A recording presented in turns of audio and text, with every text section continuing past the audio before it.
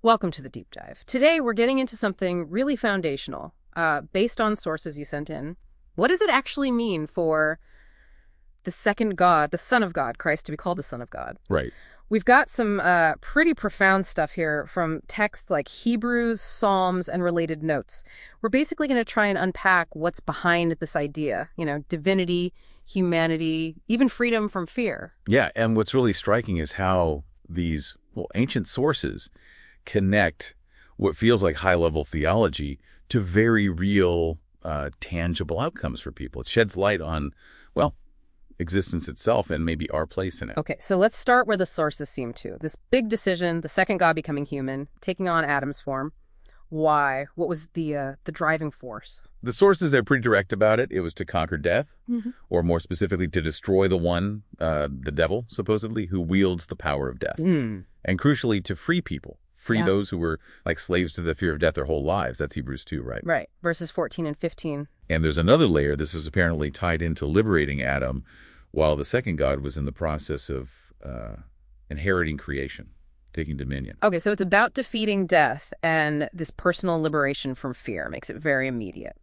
Now, this next bit gets really interesting. This idea of becoming a little lower than angels. That's Psalm 8. Yeah. It feels like a step down, And that word for angel, Elohim, usually means gods. The note suggests maybe it's used for angels because they acted in God's name before the second God became a creature. Hebrews 2 touches on this too. Exactly. It raises a big question. How does getting lower lead to, glory? Right. The texts argue it's through suffering, specifically the cross. That suffering led to being crowned with glory and honor. Psalm 8 again, and Hebrews 2. So suffering isn't weakness here. No, quite the opposite. It's presented as the actual path to gaining ultimate authority, the path to inheriting the throne and having all creation put under his feet. Psalm 8, Hebrews 2 again, it's a deliberate act. Wow, okay. Suffering as the means to authority. So if that's the path, what does it mean for us, for humanity?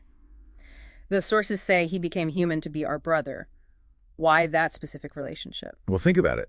By becoming human, the stated purpose was to make humans holy, to actually claim them as brothers and sisters. Okay. And the end game, to enable humans themselves to become sons of God.